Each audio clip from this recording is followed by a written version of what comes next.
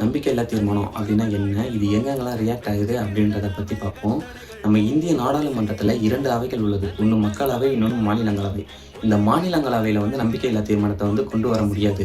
அதுவே மக்களவையில வந்து நம்பிக்கையில்லா தீர்மானத்த கொண்டு வர முடியும். கிட்டத்தட்ட மக்களவையில 543 எம்பிக்கள் இருக்காங்க. இந்த 543 எம்பிக்கள்ல ஆளுங்கட்சியினர் வந்து மக்களுக்கோ அல்லது மாநிலத்திற்கோ ஒரு விரோதமான சட்டத்திட்டத்தை கொண்டு வரும்பொழுது, அதற்கு எதிர்வினையாற்றும் வகையில வந்து எதிர்க்கட்சியினர் என்ன பண்ணுவாங்கன்னா, நம்பிக்கையில்லா தீர்மானத்த வந்து கொண்டு வருவாங்க.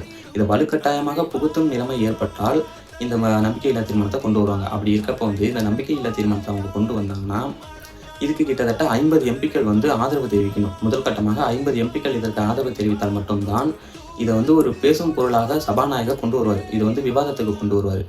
அதன் பிறகு என்ன நடக்கும்னா, ஓட்டெடுப்பு நடக்கும். அதாவது இந்த நம்பிக்கையில்லா தீர்மானத்துக்கு மேல எங்களுக்கு நம்பிக்கை இல்ல அப்படின்னு சொல்லி, இது மக்களுக்கு எதிரான ஆட்சி அப்படின்னு சொல்லி, அந்த முதல்வர், அதாவது முதல்வராக இருக்கட்டும், பிரதமராக இருக்கட்டும், யாராக இருந்தாலும் சரி, அவங்க பதவி விலக வேணும் அப்படின்னு சொல்லி இந்த நம்பிக்கையில்லா தீர்மானத்த கொண்டு வருவாங்க. இதில கிட்டத்தட்ட 50லேருந்து 60% மேற்பட்டோர் வாக்களித்தாங்கன்னா, அவங்க வந்து கண்டிப்பா பதவி விலக வேண்டும். அதன் பிறகு என்ன நடக்கும்னா, இருக்கிற நாடாளுமன்றத்தில இருக்கிற உறுப்பினர்கள்ல பெரும்பான்மை நிரூபிக்க வேண்டும். அதாவது எதிர்க்கட்சியினர் பெரும்பான்மையை நிரூபித்தால், அவர் அந்த இடத்திற்கு வந்து அவங்களுடைய பணியை தொடங்குவார்கள்.